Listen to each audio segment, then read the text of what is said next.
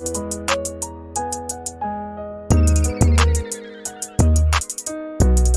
guys, so it's late. It's after 8. I had my hair sectioned out and parted, so pretty much just left for me to start installing the ear. I know I look pretty rusty and exhausted. I am. It's been a long day, but I'll be starting my hair now. So yeah, that's that. So let me get right into it. For styling my hair, I needed to add some heat to my hair so I could get it a little bit more straight. Because the partings are big, I wanted to ensure that the roots lay flat once I start the hairstyle. But I did the back already. So here I know the partings look a little crazy. Your girl can't part the best. But anyways, here I'm just starting off from that point. I'm using the Ocean to like an edge control, but it gives the root a sleek down look. So I'm applying that to the root of my hair. This is the hair that I used. So that was the Spring Water Wave 24-inch. I use 1B because 1B is my hair color. It's closer to my hair color.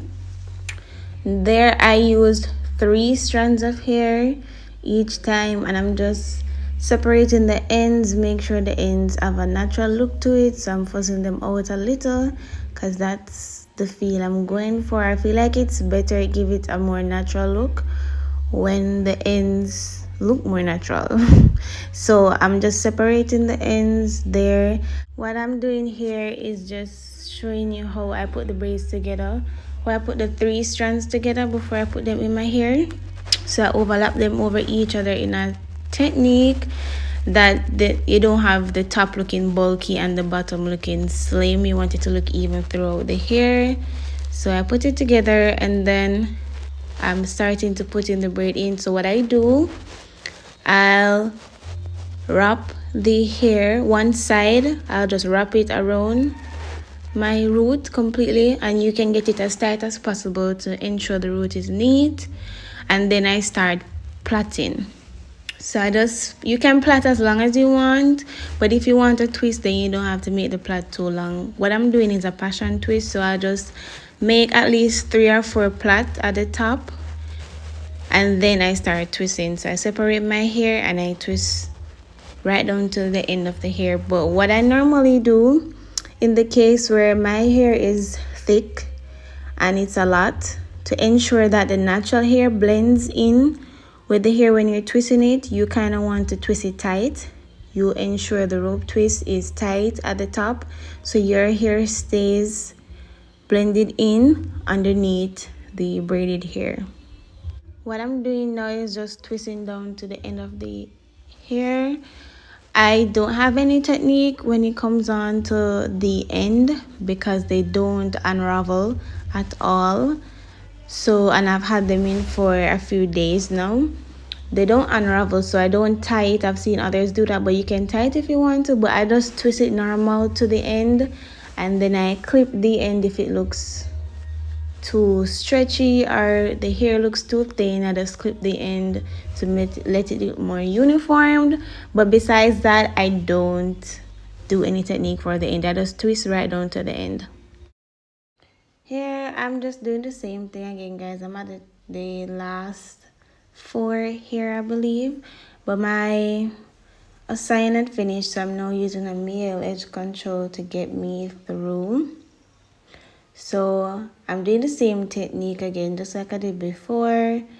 I'm just ensuring to separate the hairs first and make the ends look more natural by freezing them out, and then I'll start to install the hair. So I'm doing the same technique again where I just wrap the hair around my hair at the root, one wrap that's tight, and then I start making a plait go down. So I just plait 2 to 3 times, go down, and then I start to twist. Ensure your rope twist is tight there, because if it's not, it will appear bulgy, and you don't want that. We want it to look snatched, cute, and neat, period. So what I would do though, if you're not good at rope twists, because it's hard to grip the hair sometimes, so what I do in this technique now is I make a twist and then twine the hair together, twine my hair and the braided hair together like I'm doing now, ravel it together, and then I twist once it's already raveled around the braided hair. That way it's easier and it makes your hair like sleek and blended with the braided hair. So I'm just twisting a tightrope twist, go down the normal way until I get to the end of the hair. This process, I'm glad y'all are seeing it. It can get a bit knotted while you're braiding down, so I had a little issue with that, but you can just separate it as you go along to ensure that it's tangle free once you're going through. So just separate it as you go along so the hair don't get knotted together. I'm just doing the last hair that I have left, so you can just see all that I'm doing with the hair, how I put them together and how I actually get started, just so you can actually see what I did.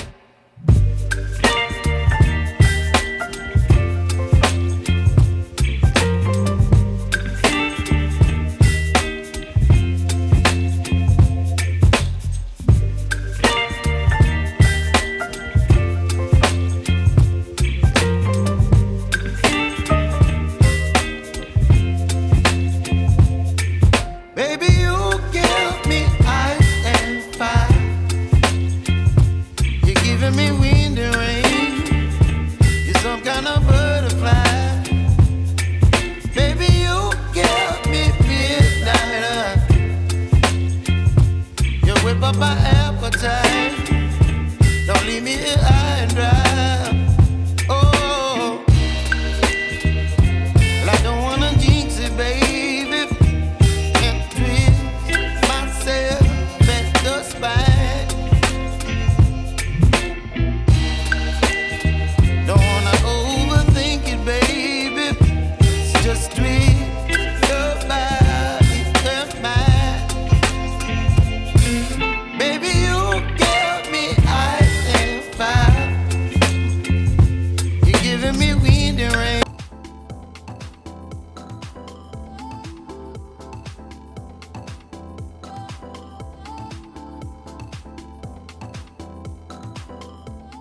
So I've done styling my hair. I already finished installing all the braids, as you can see now. So now I'm just applying some hair fertilizer. That's what it's called. It feels really nice. It has this tingly feeling. I believe it has peppermint oil in it, and that's good for your hair as well. So I'm just applying some of that to my scalp because I believe my scalp was looking a little bit white. I haven't moisturized my hair since I've washed it. And this is the finished look.